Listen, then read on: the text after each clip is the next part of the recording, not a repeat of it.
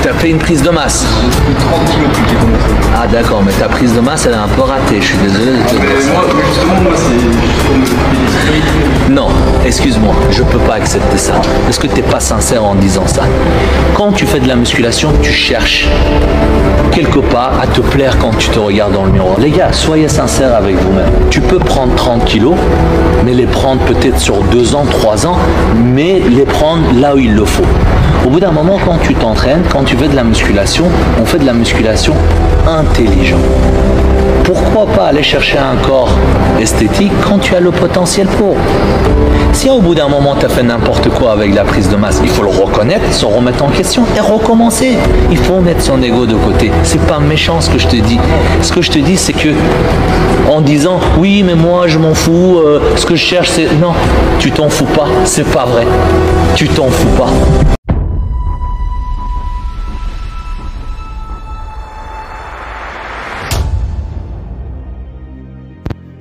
Les gars, vous devez comprendre une chose. Vous voyez ce gars-là, je ne sais pas s'il a des enfants, mais il a le discours d'un père. Pour ceux qui se posent la question à savoir qu'est-ce qu'un père c'est ça. C'est quelqu'un qui te regarde, qui te dit en face ce dont tu souffres, ce qu'il te manque et ce qu'il faut faire pour obtenir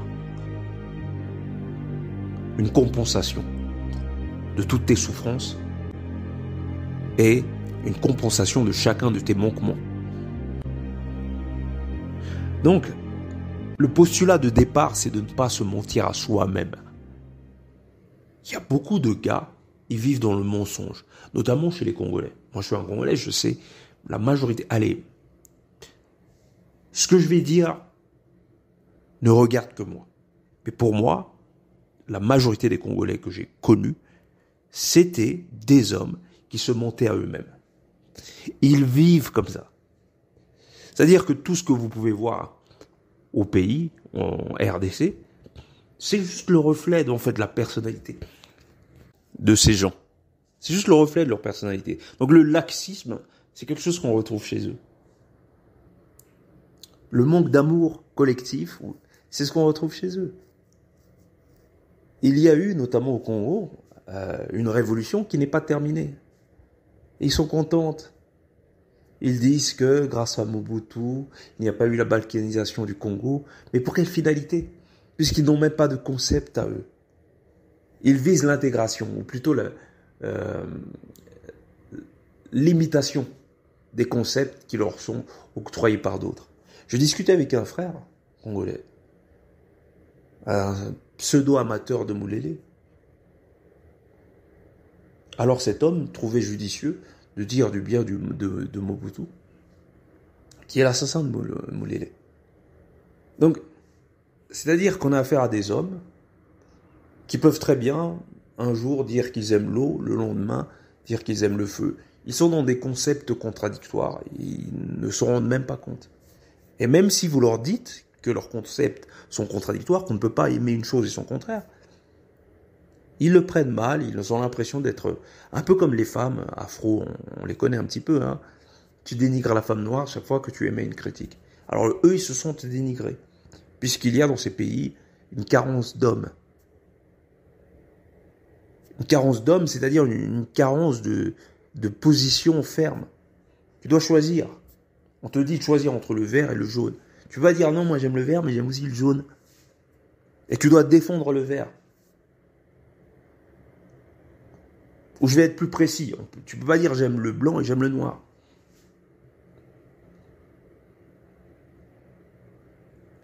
Tu ne dois pas être dans l'amour de deux opposés. C'est pas possible. Il faut arrêter de te mentir à toi-même. Et donc on a affaire à des hommes comme ça qui veulent être dans une chose et qui veulent être dans son contraire. Et pour en revenir à l'audio, à la vidéo du départ,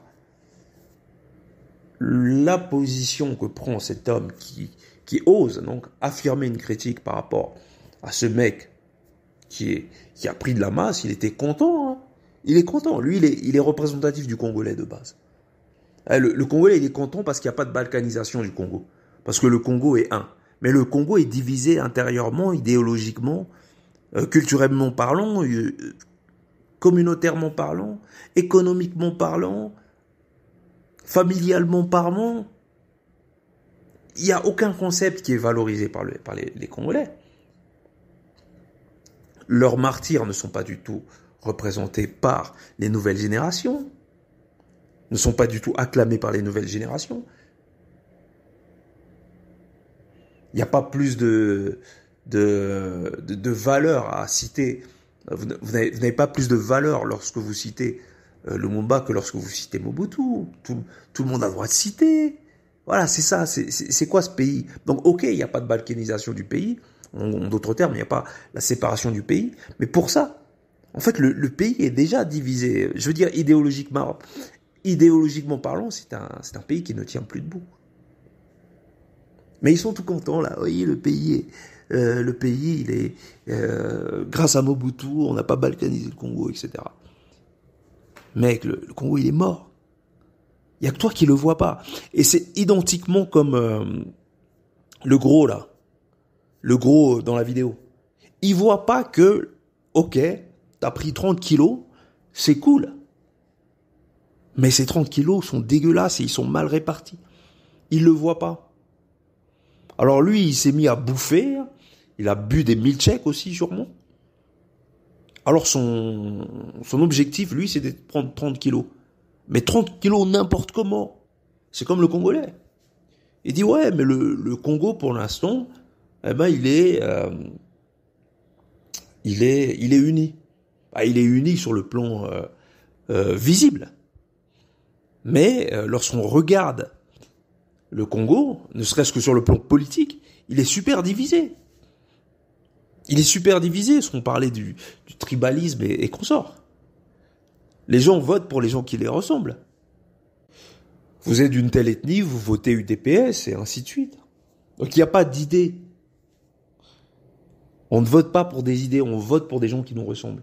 Et donc, ça, pour beaucoup de Congolais, c'est un Congo uni. Ils sont contents. Tiens, les Rwandais leur ont pas bouffé un petit bout de terre, ils sont contents. Alors qu'en sous-marin, en somme, derrière, ils contrôlent rien du tout. Derrière, il y a les Occidentaux, derrière, il y a le petit Rwanda, derrière, il y a tout ça. Mais eux, ils ont l'impression, parce que c'est ça, c'est un peu comme le petit gros là, ils ont l'impression que le Congo n'est pas divisé. Parce que sur le plan visible, il n'est pas divisé. Mais sur le plan invisible, il l'est. Et au fond, tout le monde le sait. Et c'est comme ce petit gros là. Le Congolais, il est comme ce petit gros. Il est persuadé que parce qu'il a pris 30 kilos, eh ben ça lui suffit. Alors là, le gars lui rappelle, effectivement, t'as pris 30 kilos, mais tu les as mal pris. T'as raté ta prise de masse, qu'il lui dit. T'as raté ta prise de masse. Alors le mec a quand même l'intelligence et l'empathie, parce qu'il faut de l'empathie. C'est dur, hein, mais il faut de l'empathie pour le faire. Et il a le courage de lui dire. Parce qu'en général, la majorité des hommes, et c'est pour ça que je dis que c'est un discours de père, parce que là, il a transcendé l'homme pour entrer dans la configuration du père, il a le courage de lui dire en face la réalité.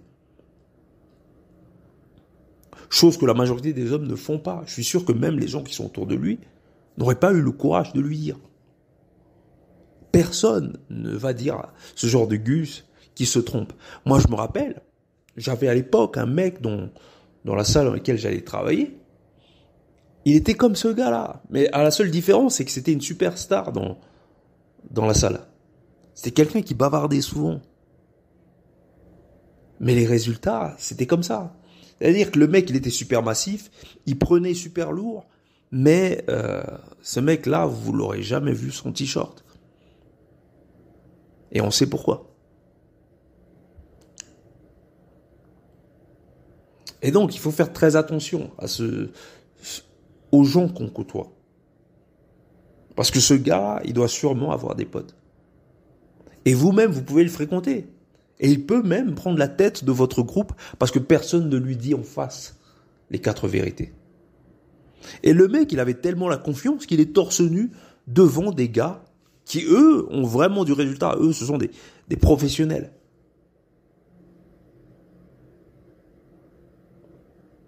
Alors moi, je discutais avec un Congolais. Il était en train de faire valoir Mobutu, hein, la caractéristique de Mobutu. Il apporte du bien aussi, c'est grâce à lui qu'il y a une certaine cohésion nationale. Une cohésion nationale au Congo. Ah ouais. Sur quelle base? Parce que moi j'aimerais savoir sur quelle base cette cohésion nationale. Parce que moi je l'ai pas vue. Peut-être que pour eux, le fait qu'il y ait un drapeau congolais, ça leur suffit. Hein. Le fait qu'il y ait une équipe de foot, ça leur suffit. Le fait qu'on leur vende de l'espoir dans les églises et tout va, ça leur suffit peut-être. Et moi, quand tu parles de cohésion, moi je te parle de concept. Quel est le concept fondamental du Congo? Quelle est la culture valorisée par le Congolais? Il n'y a rien. Frère, il faut arrêter de te mentir à toi-même. Il n'y a rien. Pendant 30 ans, Mobutu a rien foutu. Sa finalité, c'était pas d'avoir un Congolais debout. Il était l'homme des Occidentaux pendant le temps où il était là. Pierre Moulélé est le père donc de la décolonisation mentale, soi-disant, mais il n'a pas fait son travail. Il n'a pas pu le terminer. Pourquoi? Il s'est fait descendre par les hommes de Mobutu. Non mais soyons clairs, appelons un chat un chat, disons-nous la vérité. Et c'est ça que je ne comprends pas, parce que le mec avec qui je discutais, lui c'est un mouléliste. Hein. C'est comme si tu me disais, moi, j'adore Makelele du cercle. Demain je me fais descendre par un gars, et tu me dis, ouais bon j'aime bien le gars qui a descendu Makelele aussi. Waouh, moi je suis là, dans mon nuage, et je te vois faire ça. Mais pour bon nombre de Congolais ou de gens, ça c'est normal. C'est-à-dire que ce sont des hommes, et c'est pour revenir à la notion de père, ce sont des hommes qui n'ont pas de valeur, qui n'ont pas de principe. Alors ils se prétendent nationalistes, comme il y a d'autres qui vont se prétendre panafricains. Moi je connais des panafricains qui peuvent te poignarder dans le dos juste par jalousie. Hein. D'autres vont se prétendre kamites, et tu vois bien, d'ailleurs la critique qu'on fait du kamite, c'est que c'est pas un homme. Le kamite, c'est un gynécocrate. On ne sait pas quelles sont les valeurs fondamentales de l'homme kamite. Quelle est la plus-value de l'homme kamite? Qu'est-ce qu'il vaut de plus? Parce qu'il adore faire le malin là devant les soi-disant aliénés musulmans et chrétiens. Mais moi, j'aimerais savoir quelle est sa plus-value à lui. Quelle est sa caractéristique en tant qu'homme, à part dire que les femmes sont des queens? On aimerait bien l'entendre, parce que ça pourrait inspirer n'importe qui, moi le premier. Mais malheureusement, on n'a pas ça. On n'a rien. On n'a que dalle. On retrouve encore le prototype même du gros qui sait pas qu'il est gros. Du gros qui ignore qu'en fait sa prise de masse, elle est ratée. Et c'est pareil, c'est le kamite, hein. Si tu le critiques, pardon, il veut pas entendre. Parce que lui, être kamite, ça le suffit. C'est comme l'autre, être congolais, ça le suffit. Et donc, il y a le drapeau congolais, je suis content. Hier, c'était le Zaïre. Youssoufa, il est content. Lui, ils se sont zaïrois parce que voilà, c'était à la mode à l'époque. Eux, ça leur suffit. Donc, il y a beaucoup d'entre nous qui ne comprennent pas l'essence même d'une chose. Et qui peut être fidèle à une chose sans se poser la question à savoir quel est le concept fondamental de la chose. Ils s'en foutent. Ils se disent une chose parce que ce sont des gens qui pensent de manière superficielle. Il n'y a pas cette notion de père. Il n'y a pas de père. Le père a déserté. Il a déserté l'Afrique, mais il a déserté le Congo aussi. Il n'y a plus cette notion de père. C'est pour ça qu'on a cette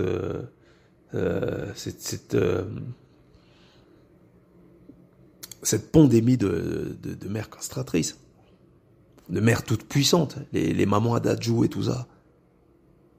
Des fils qui arrivent au monde avec pour seule finalité la reconnaissance de leur mère.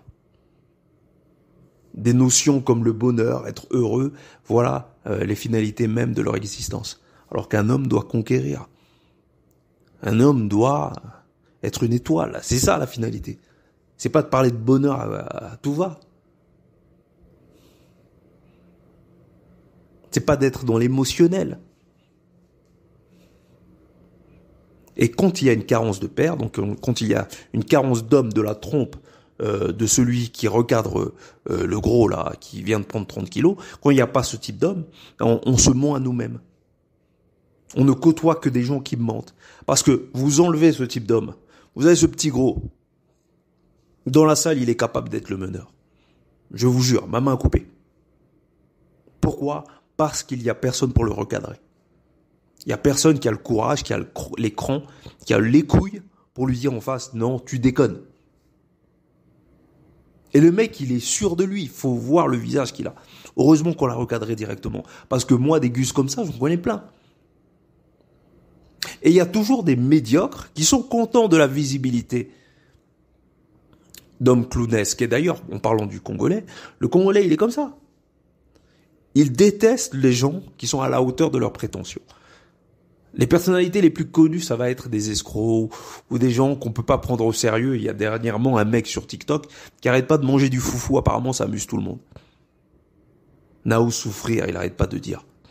Et là, le mec, il a énormément de succès. Mais vous prenez un autre gars qui va venir avec un discours productif, etc.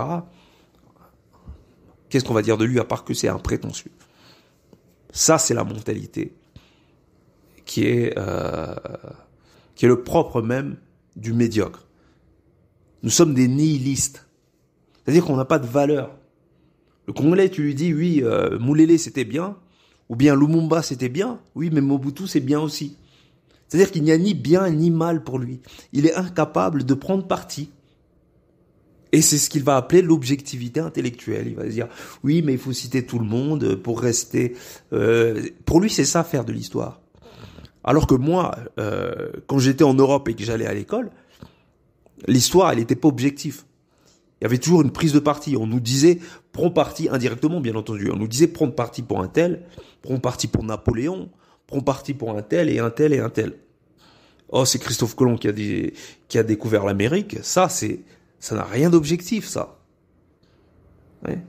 Mais il y a que chez nous qu'on doit rester objectif ou qu'on pense qu'être objectif, c'est quelque chose de bien.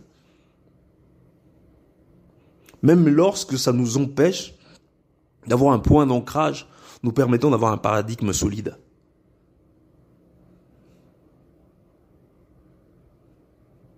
Donc voilà ce qui nous fait défaut.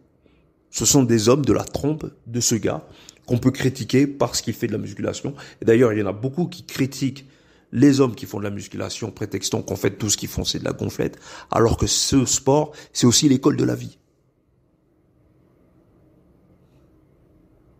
Et que ceux qui font de la musculation sérieusement sont forcés de s'instruire, ne serait-ce que en termes d'alimentation. C'est pas de la blague. Et donc j'aimerais qu'on me montre des pères potentiels, des hommes valables. Parce que beaucoup font des enfants, mais rares sont des pères. Certains n'ont pas de gosses, mais ont une pensée de père. C'est-à-dire qu'ils peuvent inspirer d'autres hommes. Ils s'effacent au profit de la vérité. Et ça, tout le monde n'est pas capable de le faire. Merci, au revoir.